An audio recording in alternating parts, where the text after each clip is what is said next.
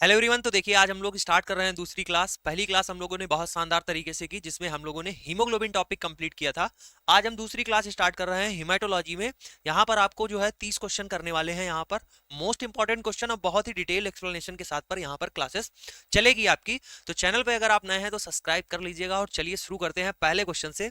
ये क्लासेस आपको फिर से बता दूं, चाहे वो लैब टेक्नीशियन की आप तैयारी कर रहे हो या फिर आपका डिप्लोमा चल रहा हो या बीएमएलटी डीएमएलटी जो कुछ भी आप कर रहे हो, तो ये आपके लिए क्लासेस बहुत इंपॉर्टेंट है। आप देख सकते हैं इनको, और अगर आपको चीजें अच्छी लग रही हैं यहाँ पर तो इन क्लासेस को आप रिकमेंड भी कर सकते हैं। ठीक है, तो देखिए पहला क्वेश्चन क्या है। Haemoglobin is catabolised in reticuloendothelial cells in which part of body. Haemoglobin का अपचयन रेटिकुलोएंडोथेलियल कोशिकाओं में शरीर के किस भाग में होता है, ये आपको बताना है। पहले तो आपको बात बता दें, जो हमारा हीमोग्लोबिन होता है एचबी, ठीक है, एचबी का अगर कैटाबॉलिज्म हो रहा है, कैटाबॉलिज्म का क्या मतलब होता है? टूटना। ठीक है, टूटना।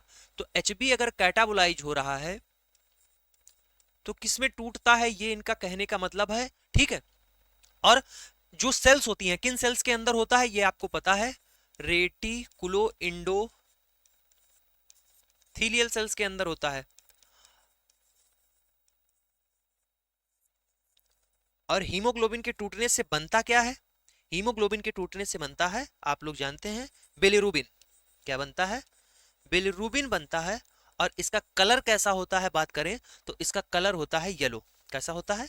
येलो कलर का होता है। ठीक है भाई, तो ये रेटिकुलो इंडो जो थीलियल सेल्स होती हैं ये कहाँ होती हैं बॉडी में? तो ये जो रेटिकुलो इंडोथीलियल सेल्स होती हैं ये बॉडी में एक तो हमारी स्प्लीन में भी होती हैं, दूसरी बोन मैरो में भी होती हैं, तीसरी लीवर में भी होती हैं।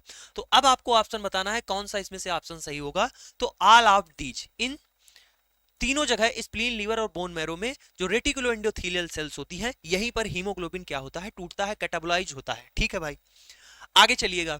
दूसरा क्वेश्चन है which pigment is obtain by removing the iron from haem during the breakdown of Hb molecule. जब एचबी टूटता है उस दौरान जो हीम से लौह को हटाने पर कौन सा वर्णक प्राप्त होता है? देखिए भाई, हमने अभी आपको बताया जो हीमोग्लोबिन होता है, ये भी बात हमने कल भी बताई थी। जो हीमोग्लोबिन होता है वो दो चीज से मिलकर बना होता है। या फिर जब हीमोग्लोबिन टूटता है तो एक पार्ट होता है हीम और दूसरा पार्ट होता है ग्लोबिन। क्या होता है? ग्लोबिन। अब हीम भी जो है, ये जो हीम होता है इसमें भी क्या होता है, एक पार्ट तो होता है आयरन Fe, और दूसरा क्या होता है? दूसरा होता है बिलिवर्डिन। ठीक है, बिलिवर्डिन बनता है और ये कन्वर्ट हो जाता है। क्या होता है? ये कन्वर्ट हो जाता है किसमें? ये बिलिवर्डिन कन्वर्ट हो जाता है बिलिरुबिन में। किसमें कन्वर्ट हो जाता है? बिलिरुबिन में। और बिलिरुबिन हमने बताया किस कलर का होता है? बिलिरुबिन होता है हमारा येलो कलर का। और ये बिलिवर्डिन किस कलर का होता है? ये होता है ग्रीन कलर का। कैसा होता है? ग्रीन कलर का। ठीक है, अब आप लोग क्वेश्चन पर आइए। तो देखिए यहां पर चार ऑप्शन दिए हैं, पोरफायरिन, सल्फ एल्बुमिन, मेथिमो एल्बुमिन या बिलिरुबिन। तो चार ऑप्शन में आप देख सकते हैं डी ऑप्शन सही हो जाएगा। जब हीम में से एक पार्ट आयरन जो है अलग होता है तो बनता क्या है? बिलिवर्डिन बचता है और बिलिवर्डिन कन्वर्ट हो जाता है बिलिरुबिन में, जो कलर होता है येलो होता है। तीसरा क्वेश्चन है आपका, bilirubin formed from the destruction of RBC cell is coloured pigment. हमने अभी बता दिया किस कलर का होता है हमारा बिलिरुबिन। बिलिरुबिन का कलर होता है येलो। कैसा होता है? पीला। देखो, डिस्ट्रक्शन ऑफ आरबीसी, जब आरबीसी टूटती है तो उसमें से क्या होता है? हीमोग्लोबिन अलग होता है। हीमोग्लोबिन क्या होता है? हीम प्लस ग्लोबिन से मिलकर बना होता है। और यही यहां पर हमने बात बताई, जो बिलिरुबिन होता है वो किस कलर का होता है? येलो कलर का होता है। ठीक है भाई, आगे चलिएगा। नेक्स्ट क्वेश्चन क्या कह रहा है, plasma protein which prevent loss of haemoglobin in urine is known as. देखो, प्लाज्मा में कौन सी ऐसी प्रोटीन होती है जो हमारा हीमोग्लोबिन को लॉस होने से रोकती है यूरिन में? तो ये होती है हेप्टोग्लोबिन। कौन सी होती है? हेप्टोग्लोबिन क्या करती है? ये हेप्टोग्लोबिन क्या करती है, जो फ्री हीमोग्लोबिन होता है, फ्री हीमोग्लोबिन होता है, उससे बाइंड हो जाती है। ठीक है, उससे जब बाइंड हो जाती है, जुड़ जाती है, तो लार्ज मॉलिक्यूल बन जाता है। ठीक है, लार्ज मॉलिक्यूल बन गया। अब ये लार्ज मॉलिक्यूल किडनी से क्या होता है? फिल्ट्रेट नहीं हो पाता है।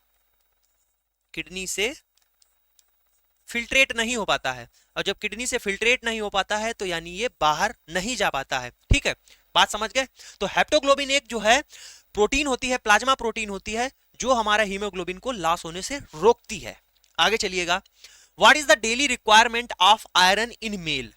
मेल में डेली कितनी रिक्वायरमेंट होती है आयरन की? ठीक है, आयरन क्यों जरूरी है आप लोग जानते हैं। अभी आपने ये हमने आपको बात बताई कि जो हीम होता है, हीम क्या होता है, हीम में आयरन होता है और बिलवर्डिन होता है, बिलवर्डिन कन्वर्ट हो जाता है बिलरूबिन में।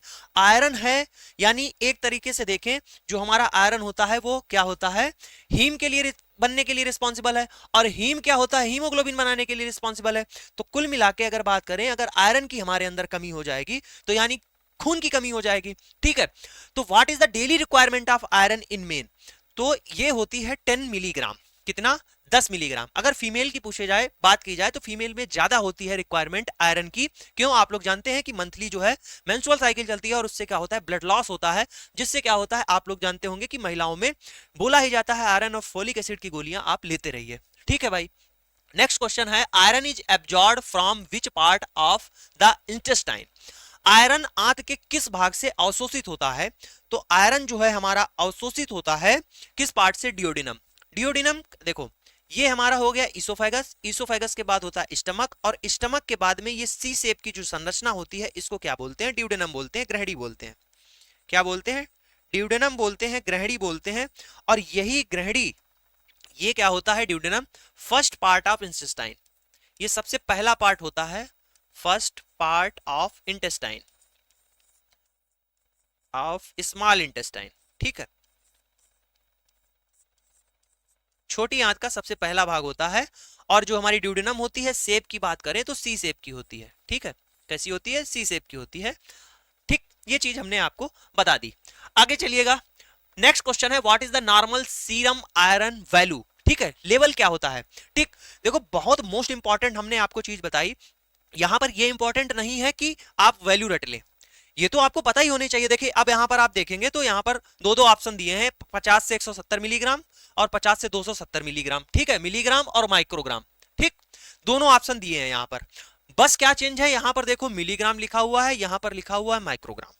यहां भी देखिए माइक्रोग्राम लिखा हुआ है और ये मिलीग्राम लिखा हुआ है। अब सबसे पहले यहां पर बात आती है कि नॉर्मल वैल्यू होती कितनी है, 50 से 170 होती है या 50 से 270 होती है? पहले तो ये आप हमें बताइएगा। तो हम आपको बता दें, जो 50 से 170 होती है, कितनी होती है? 50 से 170 होती है। फिर अब बात आती है कि माइक्रोग्राम होती है कि मिलीग्राम होती है। तो भैया सी ऑप्शन सही हो जाएगा, 50 से 170 माइक्रोग्राम पर डीएल होती है। ठीक, याद रखिएगा। Which membrane glycoprotein on platelet surface act as receptor for von Willebrand factor? ठीक है, प्लेटलेट्स की सतह पर कौन सी झिल्ली ग्लाइकोप्रोटीन वान विल्ब्रांड के कारण रिसेप्टर के रूप में कार्य करती है? ठीक है, देखो क्या होता है, ये जो वान बिलीवर्ड फैक्टर है ये आप लोग जानते हैं, ये रिस्पॉन्सिबल होता है किसके लिए? ये होता है रिस्पॉन्सिबल फॉर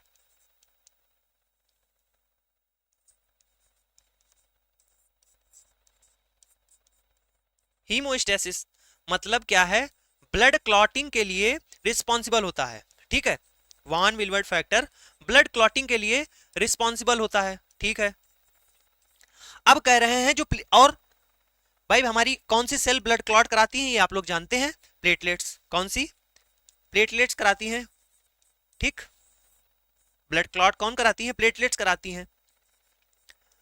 ठीक, तो ये फैक्टर होता है जो रिस्पॉन्सिबल होता है ब्लड क्लॉटिंग के लिए। अब पूछा जा रहा है कि प्लेटलेट्स के ऊपर कौन सा ऐसा जो है मेम्ब्रेन होती है ग्लाइकोप्रोटीन की जो रिसेप्टर का काम करती है? तो ये होती है ग्लाइकोप्रोटीन फर्स्ट बी 9। ठीक है, ग्लाइकोप्रोटीन फर्स्ट बी 9 ये रिस्पॉन्सिबल होती है। ये इसके ऊपर क्या होती है? एक झिल्ली होती है, ग्लाइकोप्रोटीन की मेम्ब्रेन होती है। ठीक है भाई, नेक्स्ट क्वेश्चन है आपके सामने, which is the smallest cell in the cellular component of blood?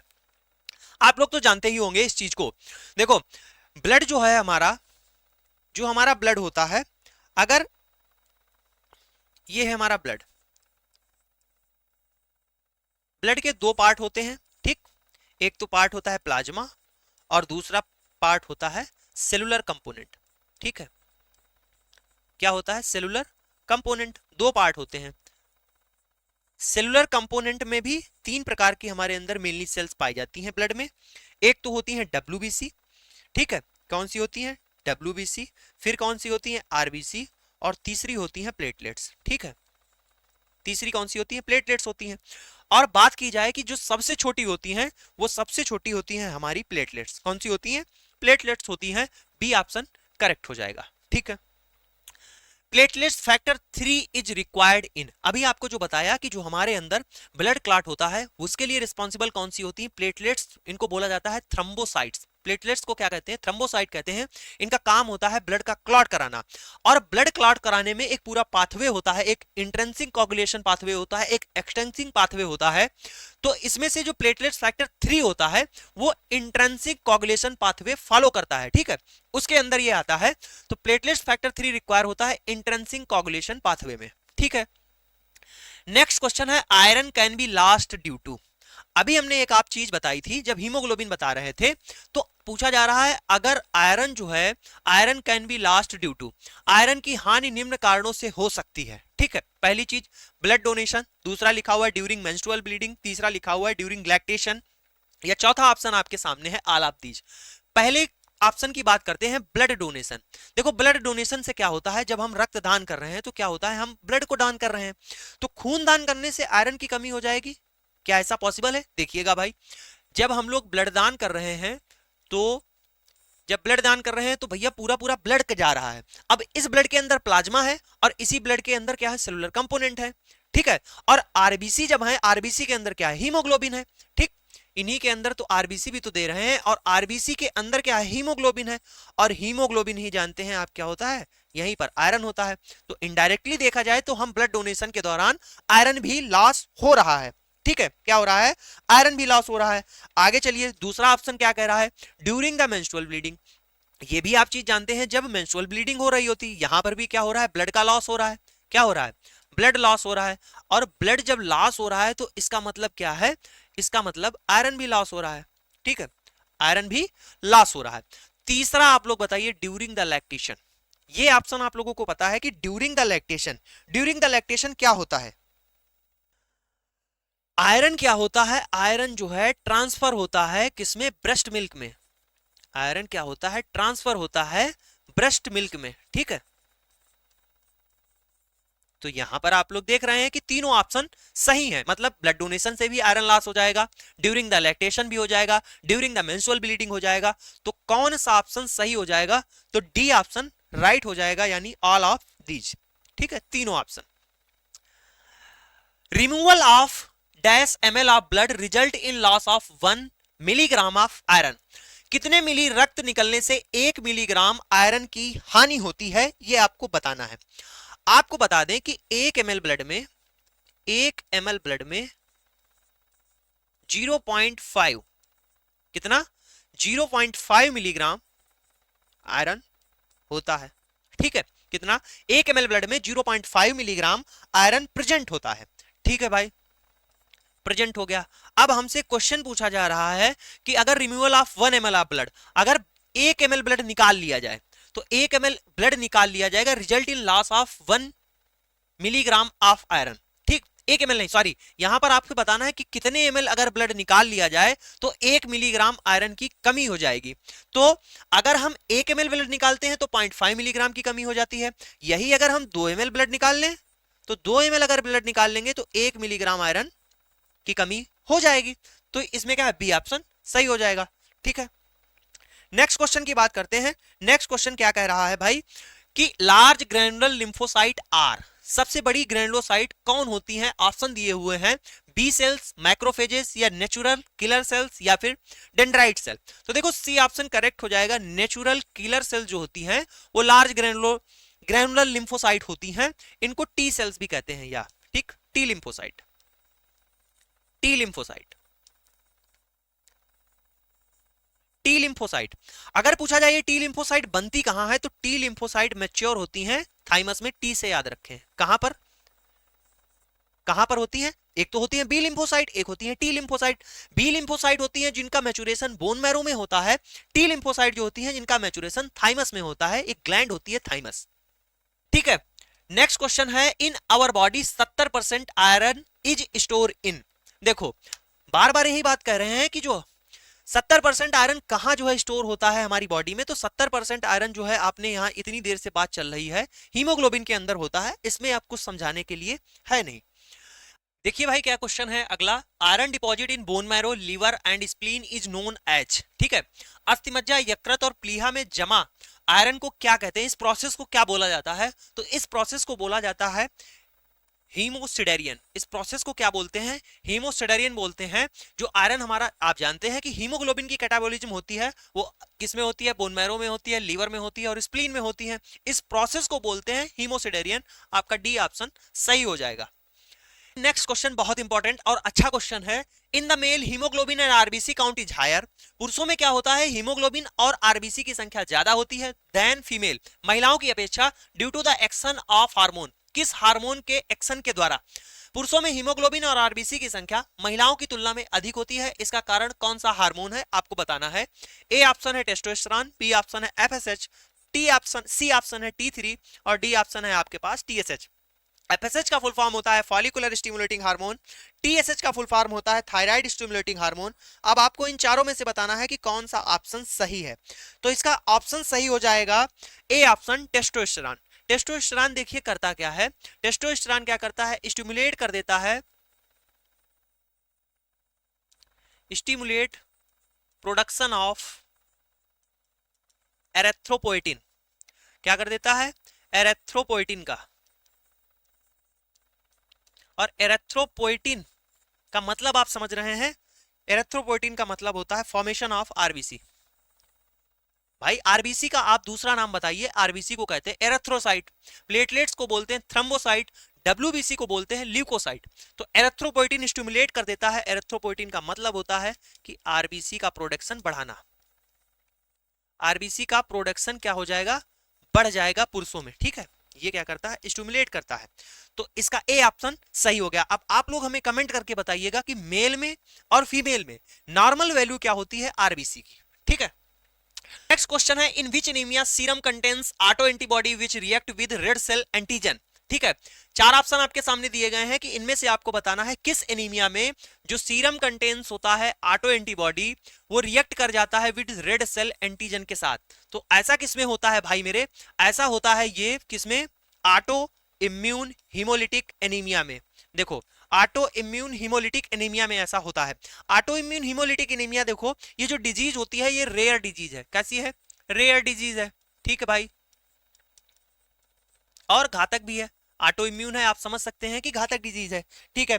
इसमें क्या होता है, पर्सन की जो एंटीबॉडी होती है, जिस व्यक्ति को ये हो जाता है उसमें क्या होता है, जो पर्सन की एंटीबॉडी हो जाती हैं वो रिएक्ट करती हैं किसके साथ में, वो रिएक्ट करने लगती हैं उसकी स्वयं की आरबीसी, ठीक है, स्वयं की देयर आरबीसी, मतलब स्वयं की ही आरबीसी, ठीक। और जब स्वयं की आरबीसी को रिएक्ट करने लगेंगी तो आरबीसी मरने लगेंगी, उनका भक्षण होने लगेगा। ऑटो इम्यून का मतलब है हमारी ही बॉडी हमारी ही सेल्स को बहिष्कार करने लगे, ठीक। तो ये किसमें होता है, ऑटो इम्यून हीमोलिटिक एनीमिया में होता है, समझ गए। नेक्स्ट क्वेश्चन की ओर चलते हैं, haemoglobin content of capillary blood is than venous blood. क्या कह रहा है कि कैपिलरी रक्त में हीमोग्लोबिन की मात्रा वेनस रक्त से होती है, लेस होती है, हाई होती है, इक्वल होती है, नन ऑफ दीज, इनमें से किसी में नहीं होती है। तो भाई बताओ, आपके पास तीन चीजें होती हैं, मतलब जो है ब्लड को ले जाने के लिए तीन चीजें होती हैं, एक आर्टरी होती है, एक वेन होती है, एक कैपिलरी होती है। अब आपसे पूछा जा रहा है कि वेन में, आप हमें बताइए कि वेन में या फिर कैपिलरी में, इन दोनों में से किसमें, इन दोनों में से किसमें हीमोग्लोबिन की मात्रा पाई जाती है, जो इनमें ब्लड फ्लो हो रहा होगा। देखो एक तो वेन में ब्लड फ्लो हो रहा है, ठीक, एक कैपिलरी में ब्लड फ्लो हो रहा है। तो इन दोनों में से ब्लड लेंगे आप, वेन से ब्लड लें और कैपिलरी से ब्लड लें, तो आपको बताना है किसमें हीमोग्लोबिन की मात्रा ज्यादा होगी। तो देखो मेरे भाई, मैं आपको बता दूं कि हीमोग्लोबिन की मात्रा कैपिलरी में क्या होगी, ज्यादा होगी, किसकी अपेक्षा, वेन की अपेक्षा, ठीक है। क्यों होगा, जब भी आप पढ़ रहे थे रिस्पिरेशन चैप्टर हो या कुछ कोई भी चैप्टर आप जब पढ़ रहे होंगे तो आप लोग ये चीज जानते हैं कि ये हमारी टिश्यू होती है, सेल होती है, सेल से जो आदान प्रदान होता है, टिश्यू या सेल के बीच जो आदान प्रदान होता है वो कौन करता है, कैपिलरी करती है। देखो ये हमारी क्या है, सेल्स, समझो ये हमारी क्या है, सेल्स है, ठीक। और इधर देखिए क्या है, ये हमारी है कैपिलरी, ठीक है, इसमें क्या हो रहा है, ब्लड फ्लो हो रहा है। ठीक, अब इसमें ब्लड फ्लो हो रहा है, यहां से क्या होगा, ऑक्सीजन इसमें दे दी जाएगी, किसमें, सेल्स में दे दी जाएगी। जब ऑक्सीजन सेल्स में दे दी जा रही है, किसके द्वारा, कैपिलरी के द्वारा, तो इसमें जो है जब आप देख रहे हैं ऑक्सीजन ज्यादा होगी यानी O2 ज्यादा है, तो O2 को कैरी करने वाला कौन होता है, हीमोग्लोबिन होता है। तो जब O2 जिसमें ज्यादा है यानी हीमोग्लोबिन उसमें ज्यादा होगा, तो किसमें ज्यादा है, कैपिलरी में ज्यादा है। वेन क्या करती हैं, वेन तो यही काम करती हैं, आर्टरी का मतलब होता है हार्ट को, ब्लड को हार्ट से दूर ले जाना, वेन का काम होता है कि ब्लड, डीऑक्सीजनेटेड ब्लड को हार्ट की ओर लेके आना। अब तो भाई मेरे बात समझ गए यहां से कि कौन सा ऑप्शन सही हो जाएगा, बी ऑप्शन सही हो जाएगा कि कैपिलरी में जो होता है अपेक्षा, मतलब एक बात मानते हैं, ये जो क्वेश्चन आ गया तो एक लॉजिकल बात यहां पर निकल के आती, कैपिलरी में थोड़ा सा हीमोग्लोबिन ज्यादा होगा, क्योंकि वहां पर कैपिलरी में थोड़ा सा हीमोग्लोबिन ज्यादा होगा, क्योंकि वहां पर आप जान रहे हैं क्योंकि ऑक्सीजन का ट्रांसपोर्ट करती है कैपिलरी।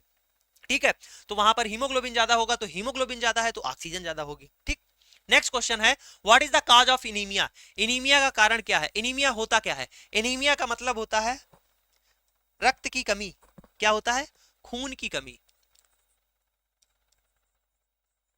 खून की कमी क्या होता है, एनीमिया होती है। एक ऑप्शन है आयरन डिफिशियंसी, दूसरा ऑप्शन है आपके सामने बोन मैरो डिप्रेशन, तीसरा ऑप्शन है एक्यूट ब्लड लॉस।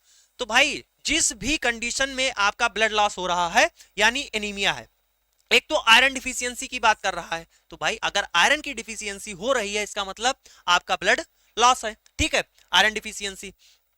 दूसरा क्या कह रहा है, bone marrow depression, bone marrow जो है खत्म हो रही है, बोन मैरो खत्म हो रही है। ठीक है, बोन मैरो का डीनेचुरेशन हो रहा है या बोन मैरो डिस्ट्रॉय हो रही है, तो फिर भैया क्या हो रहा है, ये भी ब्लड लॉस का एक कारण हो सकता है यानी एनीमिया का कारण हो सकता है। तीसरा ऑप्शन आपके सामने एक्यूट ब्लड लॉस, मान लो किसी को इंजरी हो जाती है, किसी का एक्सीडेंट हो जाता है, खून बह गया, तो इसका डायरेक्ट का मतलब है इट्स कॉज ऑफ एनीमिया, तो इसका डी ऑप्शन सही हो जाएगा, ऑल ऑफ दीज। ठीक है, नेक्स्ट क्वेश्चन है, what is the commonest cause of anaemia in India, common कारण क्या हो सकता है एनीमिया का भारत में। ठीक है, तो ये कॉमन कारण है न्यूट्रिशनल आयरन डिफिशियंसी। ठीक है, जो आपका जो डाइट ले रहे हैं उसमें आयरन की अगर डिफिशियंसी है तो क्या है, एनीमिया हो सकती है, और ये कॉमन काज है इंडिया में। ठीक है, 22वां क्वेश्चन है आपके सामने, which anaemia is caused by depression of erythropoietin. तो देखो ये किसमें होता है, ये होता है हाइपोप्लोरीफ्लेटिव एनीमिया। ठीक, इसमें क्या होता है, इस कंडीशन में क्या होता है, बोन मैरो जो होती है हमारी, वो बोन मैरो जो होती है वो डजंट प्रोड्यूस या इनफ, पर्याप्त मात्रा में आरबीसी प्रोड्यूस नहीं कर पाती है। ठीक है, आरबीसी प्रोड्यूस नहीं कर पाती हैं, बोन मैरो जो है अपर्याप्त मात्रा में आरबीसी प्रोड्यूस नहीं कर पाती है, किसमें, विच एनीमिया का डिप्रेशन ऑफ एरिथ्रोपोइटिन, तो ये इसका बी ऑप्शन राइट हो जाएगा, हाइपोप्रोलिफरेटिव एनीमिया। देखो क्या होता है, जो हमारी किडनी होती है, जो हमारी किडनी होती हैं वो क्या करती हैं, वो प्रोड्यूस करती हैं, वो प्रोड्यूस करती हैं इरेथ्रोपोएटिन हार्मोन, क्या करती हैं, इरेथ्रोपोएटिन हार्मोन प्रोड्यूस करती हैं, और ये इरेथ्रोपोएटिन हार्मोन सिग्नल भेजता है। ठीक है, किसको, सिग्नल भेजता है बोन मैरो को, बोन मैरो को ये सिग्नल भेजता है कि बहन आप फटाफट जो है आरबीसी का निर्माण करिए, आरबीसी का निर्माण करिए। लेकिन जब क्या कह रहे हैं कि ये इरेथ्रोपोएटिन ही बनना बंद हो जाए या कम हो जाए तो बोन मैरो के पास सिग्नल नहीं जाएगा, जब बोन मैरो के पास सिग्नल नहीं जाएगा तो आरबीसी इनफ मात्रा में प्रोड्यूस नहीं हो पाएंगी, तो इसी को बोलते हैं हाइपर प्लोरीफ्लेटिव एनीमिया। इसमें बोन मैरो इनफ मात्रा में आरबीसी प्रोड्यूस नहीं कर पाती है। तो भाई मेरे क्वेश्चन समझ में आया होगा। नेक्स्ट क्वेश्चन की ओर चलते हैं, what is the common cause of haemoglobinuria, common cause क्या होता है हीमोग्लोबिनोयूरिया का। सबसे पहले तो यही बात आपको पता होनी चाहिए कि हीमोग्लोबिनोयूरिया क्या है। हीमोग्लोबिनोयूरिया का मतलब है कि हीमोग्लोबिन प्रेजेंट इन यूरिन, मतलब एक्सेसिव। ठीक, haemoglobin present in urine is called haemoglobinuria. अब ए ऑप्शन आपके सामने है कि हेमोलिटिक एनीमिया में ऐसा हो सकता है, ट्रांसफ्यूजन रिएक्शन में ऐसा हो सकता है, या एक्सटेंसिव बर्न में ऐसा हो सकता है, या ऑल ऑफ दीज में ऐसा होता है। ठीक, तो हम आपको बताएं कि इसमें क्या है, ए ऑप्शन भी हो सकता है, हेमोलिटिक एनीमिया में भी हीमोग्लोबिनोयूरिया की कंडीशन आ सकती है, एक्सटेंसिव बर्न में भी कंडीशन आ सकती है, ट्रांसफ्यूजन रिएक्शन में भी ऐसी कंडीशन आ सकती है, तो इसका डी ऑप्शन राइट हो जाएगा, ऑल ऑफ दीज। ठीक है, नेक्स्ट क्वेश्चन है, in which disorder is often found due to anti P antibody in the blood. क्या कह रहा है, किस विकार में यानी किस रोग के कारण रक्त में एंटीपी एंटीबॉडी पाए जाते हैं। चार ऑप्शन है, नॉक्टर्नल हीमोग्लोबिनोयूरिया या डिस्ट्रक्टिव हीमोग्लोबिनोयूरिया, पैराक्सिमल नॉक्टर्नल हीमोग्लोबिनोयूरिया या नन ऑफ दीज। तो जो है डिसऑर्डर है ऑफन किसके द्वारा, due to anti P antibody blood. Anti P antibody अगर ब्लड में पाई जा रही हैं तो ये होती है कंडीशन, इसको बोलते हैं पैराक्सिमल नॉक्टर्नल हीमोग्लोबिनोयूरिया। इसमें क्या हो जाता है हम आपको बता दें, इसमें क्या होता है, इसमें क्या होता है, देखो हमारी बॉडी के अंदर जो आरबीसी होती है, ठीक है, ये आरबीसी है, इसके बाहर एक प्रोटीन होती है, ठीक, इसके बाहर एक प्रोटीन होती है, और ये प्रोटीन क्या करती है, हमारी जो है बॉडी की ये जो प्रोटीन होती है ये हमारी बॉडी के इम्यून सिस्टम से, कि इसको इम्यून सिस्टम हमारा डिस्ट्रॉय ना कर पाए, तो इससे क्या करती है, सुरक्षा प्रदान करती है, तो हमारी आरबीसी बची रहती है। लेकिन जब जब जो है एंटीपी एंटीबॉडी ब्लड में प्रेजेंट हो रही हैं, तो इसका मतलब क्या हो रहा है कि आरबीसी जो है हमारी मैच्योर ही नहीं हो पा रही है, प्री मैच्योर आरबीसी डिस्ट्रॉय हो जा रही है, ठीक है, प्री मैच्योर आरबीसी डिस्ट्रॉय हो जा रही है, जिसका रीजन ये है कि जो आरबीसी के ऊपर, जो ये आरबीसी है इसके ऊपर ये जो प्रोटीन होती है, इसके ऊपर ये जो प्रोटीन होती है, ये जो प्रोटीन होती है यही प्रोटीन मिस हो जाती है, मतलब इस पे होती ही नहीं है, तो हमारा इम्यून सिस्टम क्या कर देता है, इस आरबीसी को नष्ट कर देता है। इस कंडीशन में प्रॉक्सिमल नॉक्टर्नल हीमोग्लोबिनोयूरिया में, इस कंडीशन में एंटीपी एंटीबॉडी ब्लड में पाई जाती है, ठीक है भाई। नेक्स्ट क्वेश्चन है, hinge body in RBC. Hinge body जो होते हैं आरबीसी में can be present in which condition, किस कंडीशन में हिंज बॉडी आरबीसी में पाए जा सकते हैं, केमिकल पॉइजनिंग में, ड्रग इंटॉक्सिकेशन में, या G6PD डिफिशियंसी में, या ऑल ऑफ दीज में, ठीक है। तो हिंज बॉडी होते क्या हैं, देखो हिंज बॉडी क्या होते हैं, आरबीसी के अंदर इंक्लूजन पाए जाते हैं, जैसे ये आरबीसी है इसके अंदर ऐसे ऐसे इंक्लूजन पाए जाते हैं, इन्हीं को क्या बोला जाता है, इन्हीं को बोला जाता है हिंज बॉडी, ठीक है। और ये जो इंक्लूजन होते हैं, ये इंक्लूजन किसके होते हैं, ये इंक्लूजन जो होते हैं ये डीनेचर्ड हीमोग्लोबिन होता है, ठीक है, क्या होता है ये डीनेचर्ड हीमोग्लोबिन होता है, आरबीसी के अंदर ऐसे इंक्लूजन बॉडी पाए जाते हैं, ठीक है। और ये क्वेश्चन भी आ सकता है कि जैसे हिंज बॉडी आरबीसी के अंदर है तो कौन सी स्टेन आपको करनी होगी, किस स्टेन के द्वारा आप इसको बता सकते हैं कि इसमें हिंज बॉडी या जो है इंक्लूजन पाए जा रहे हैं। तो इसमें स्टेन जो होता है, देखो ये बता दिया, इसमें स्टेन सुप्रावाइटल होता है, ठीक, ये किससे दिखते हैं, सुप्रावाइटल स्टेन से दिखते हैं, ठीक है भाई, सुप्रावाइटल स्टेन से दिखते हैं, ठीक, एक बात हो गई। अब पूछा जा रहा है केमिकल पॉइजनिंग में, G6PD डिफिशियंसी में, ड्रग इंटॉक्सिफिकेशन में, तीनों में ऐसी कंडीशन आपको देखने को मिल सकती है, हिंज बॉडी आपको तीनों कंडीशन में मिल जाएगी, तो ऑल ऑफ दीज ऑप्शन सही हो जाएगा, ठीक है। नेक्स्ट क्वेश्चन हमारा क्या कह रहा है कि in which condition there is abnormality in the synthesis of polypeptide chain of globin in haemoglobin. क्या कह रहा है, किस स्थिति में हीमोग्लोबिन में ग्लोबिन की पॉलीपेप्टाइड श्रृंखला के संश्लेषण में असामान्यता होती है, ठीक है, कौन सी ऐसी कंडीशन होती है, हीमोग्लोबिनोपैथेसिस, ल्यूकीमिया या एनीमिया या हीमोग्लोबिनोयूरिया। देखो हीमोग्लोबिनोयूरिया आपको बता चुके हैं, इसमें भी नहीं होगा। ल्यूकीमिया में क्या होता है, ल्यूकीमिया किसको बोलते हैं, ब्लड कैंसर को बोला जाता है। एनीमिया किसको कहते हैं, ब्लड लॉस को कहते हैं, कि रक्त की कमी हो जाए। तो इन चार में से अब आपको कौन सा ऑप्शन लग रहा है, आप हमें बताइएगा। हमने चार ऑप्शन आपके काट दिए, तो भाई बचता है आपके सामने ए ऑप्शन, हीमोग्लोबिनोपैथेसिस। ये क्या होता है, ये एक जेनेटिक डिसऑर्डर है, ये क्या है, एक जेनेटिक डिसऑर्डर है, जेनेटिक डिसऑर्डर है। और इस जेनेटिक डिसऑर्डर में क्या हो जाएगा, जीन डिफेक्ट हो जाएगा, क्या हो जाएगा, जीन डिफेक्ट हो जाएगा। और जब जीन हमारा डिफेक्ट हो जाता है, तो जैसे कि हमने कल बताया था आपको, कल हमने ये चीज बताई थी कि जो हमारा HbA1 है, तो इसमें दो पॉलीपेप्टाइड चेन 2 अल्फा और 2 बीटा पाई जा रही थी। तो जब हमारा जीन डिफेक्ट हो गया, तो जीन डिफेक्ट हो गया तो इससे क्या हो जाएगा, एबनॉर्मल, एक नॉर्मल जो होता है हीमोग्लोबिन का प्रोडक्शन, इसमें क्या हो जाएगा, एबनॉर्मल हीमोग्लोबिन प्रोडक्शन होगा। इस कंडीशन को ये बोलते हैं, ठीक है। तो हीमोग्लोबिनोपैथेसिस होता है, जिसमें क्या होता है कि जो पॉलीपेप्टाइड चेन होती है उनका जो है गड़बड़ तरीके से जो है उनका प्रोडक्शन होने लगे, ठीक है भाई। नेक्स्ट क्वेश्चन कह रहा है which anaemia is known as Cooley's anaemia or या मेडिटेरियन एनीमिया। कूलेज एनीमिया किसको कहते हैं या फिर मेडिटेरियन एनीमिया किसको कहते हैं? माइक्रोसिटिक एनीमिया को बोला जाता है, या पॉलीसाइथीमिया को बोला जाता है, या थैलेसीमिया को बोला जाता है, या हीमोलिटिक एनीमिया को बोला जाता है। सबसे पहले तो हम आपको बता दें, जो कूलेज एनीमिया या मेडिटेरियन एनीमिया है इसको थैलेसीमिया को बोलते हैं। किसको बोलते हैं? थैलेसीमिया को बोलते हैं। और कूलेज एनीमिया इसको क्यों बोल रहे हैं ये आपको बात पता होनी चाहिए, क्योंकि जो सबसे पहले कूलेज एनीमिया को सबसे पहले किसने डिफाइन किया था? सबसे पहले डिफाइन किया था कूलेज ने। किसने? कूलेज ने ही सबसे पहले इसको डिफाइन किया था, इसीलिए इसको कूलेज एनीमिया कह दे रहे हैं। और मेडिटेरियन एनीमिया का मतलब क्या है? मेडिटेरियन के जो लोग हैं और अफ्रीकन लोग हैं, ठीक है, जो मेडिटेरियन के लोग हैं और अफ्रीकन के लोग हैं मोस्टली ये उनमें ही पाए जाते हैं, तो इसीलिए इसको क्या कहते हैं? थैलेसीमिया बोला जाता है। ठीक है, तो थैलेसीमिया एक इनहेरिटेड है। इनहेरिटेड का मतलब है जेनेटिक डिसऑर्डर है। ठीक, कैसा है? जेनेटिक डिसऑर्डर है।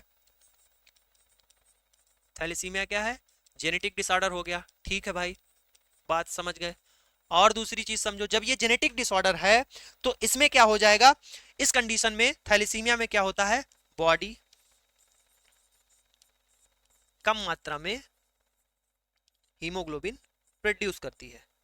बॉडी कम मात्रा में हीमोग्लोबिन प्रोड्यूस करती है। ठीक है, जब बॉडी कम मात्रा में हीमोग्लोबिन प्रोड्यूस कर रही है, ठीक, तो थैलेसीमिया दो प्रकार की होती है। एक तो अल्फा थैलेसीमिया होती है, दूसरी कौन सी होती है? बीटा थैलेसीमिया होती है। एक अल्फा थैलेसीमिया होती है, दूसरी कौन सी होती है? बीटा थैलेसीमिया होती है। आगे चलिएगा, इन बीटा थैलेसीमिया माइनर में amount of which haemoglobin is reduced, कौन सा हीमोग्लोबिन रिड्यूस हो जाता है? HbA, HbF, HbC या HbD। तो देखो, आप जानते हैं कि एडल्ट में कौन सा हीमोग्लोबिन होता है? एडल्ट में हीमोग्लोबिन होता है HbA1। HbA1 में क्या होता है? 2 अल्फा चेन होती हैं और 2 बीटा चेन होती हैं।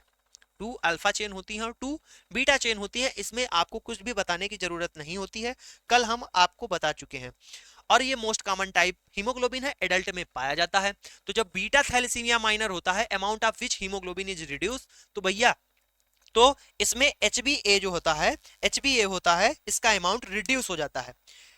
तो देखो, जो बीटा थैलेसीमिया माइनर है इसमें क्या होता है? बीटा चेन का प्रोडक्शन कम हो जाता है, बीटा चेन का प्रोडक्शन रिड्यूस हो जाता है।